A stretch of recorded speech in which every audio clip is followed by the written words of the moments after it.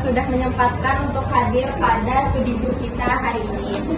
Yang pertama kita akan memaparkan materi bahasa Indonesia nanti yang akan dipaparkan oleh Nabila dan Naura. Bawa pesan ini ke persekutuanmu, tempat ibadah terbakar. Hari ini kami akan membawakan materi bahasa Indonesia tentang pro dan kontra. Artinya itu. Nah, apa sih pro dan kontra itu?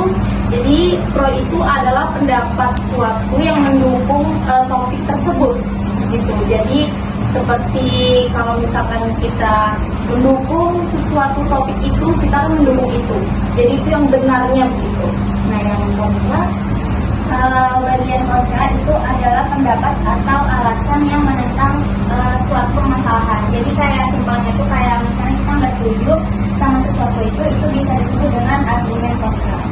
Nah, untuk contoh argumen pro dan kontra itu misalnya apakah penggunaan handphone itu diperbolehkan di sekolah? Itu kan ada pendapat pro dan kontranya. Kalau misalkan contoh argumen pro-nya itu misalnya handphone itu dapat digunakan sebagai media, mempermudah kita belajar dan cepat juga untuk kita dapat informasi. Tapi kalau argumen kontra, argumen tidak setujunya itu handphone itu bisa mengganggu konsentrasi belajar. Jadi buat kita jadi malas buat mencari, terutama kalau misalnya kita ulangan tuh.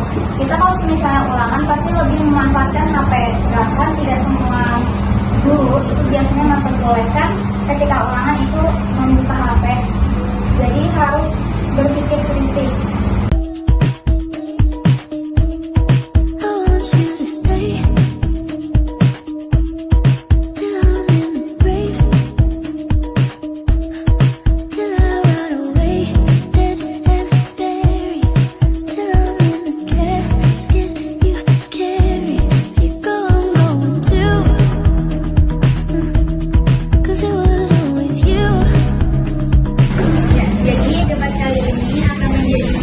Bagi dua tim, ada tim kontra dan tim pro.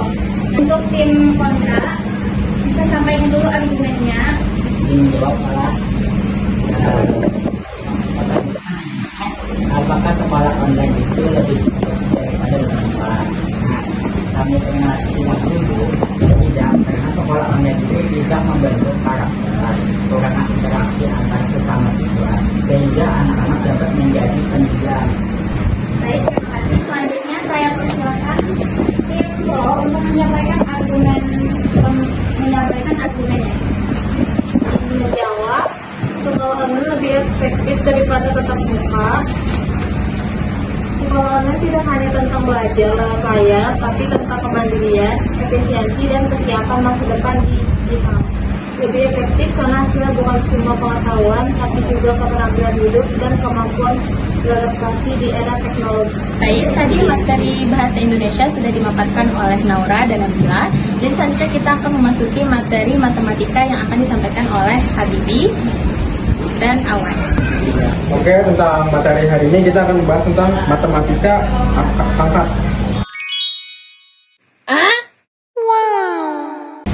Jadi saya akan menjelaskan tentang summary-nya aja dari MTK itu. Singkatnya, materi pangkat adalah salah satu operasi dalam matematika yang digunakan untuk menyederhanakan pembagian bilangan yang dikalikan berulang kali dengan dirinya sendiri. Dalam kata lain, perpangkatan menentukan berapa kali suatu bilangan dikalikan dalam bilangan itu sendiri. Dan untuk lebih lanjut bisa lanjut ke bukunya Habibi. Aku paham, gimana lo bisa menjelaskan?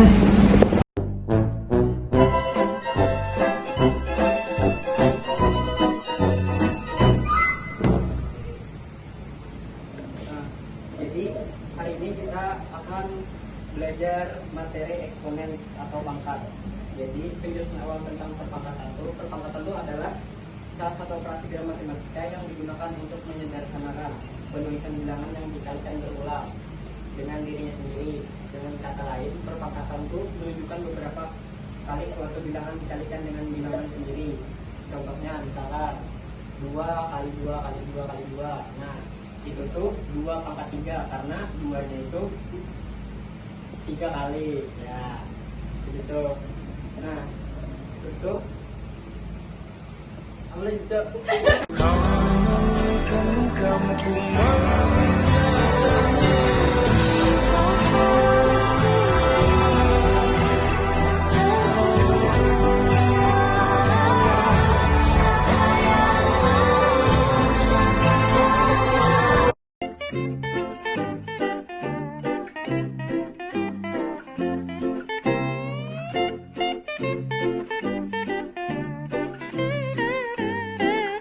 Selanjutnya di sini ada sifat yang ketiga, Maksudnya yaitu ini apa?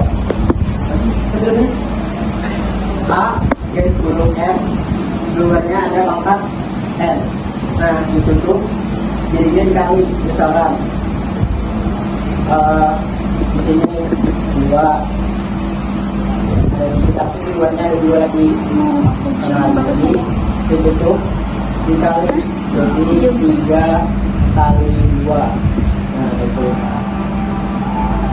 tambah. Nah, alhamdulillah.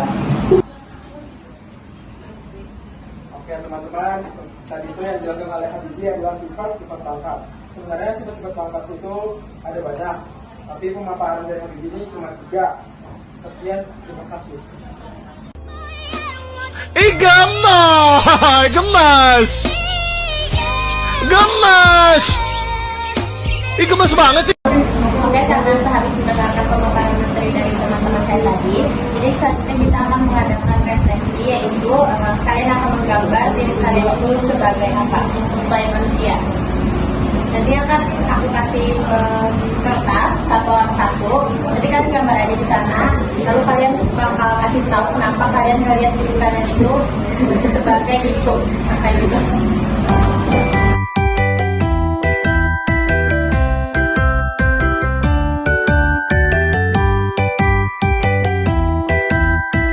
Aku melihat diriku sebagai kupu-kupu karena aku suka jalan-jalan dan mengunjungi tempat baru.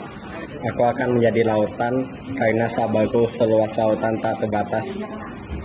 Walaupun ada masalah, aku bisa sabar menghadapinya. Saya akan menjadi bunga anggrek karena saya melihat karakter bunga anggrek itu seperti mencerminkan diri saya. Kayak tegar, tulus, bijaksana karena anggrek itu sering dianggap sebagai simbol kesetiaan dan keindahan luar dalam serta keteguhan hati. Aku melihat diri aku sebagai Luffy karena aku punya warna pink yang baik hati dan selalu peduli dengan teman-temannya dan suka membantu. Terus juga penyayang karena Luffy suka menunjukkan kasih sayang lewat perbuatan kecil seperti aku.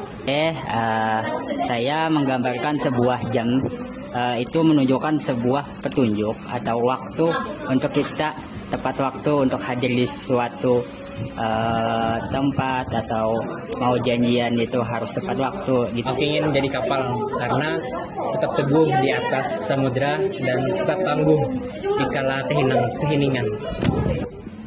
Demikianlah studi grup kali ini telah selesai.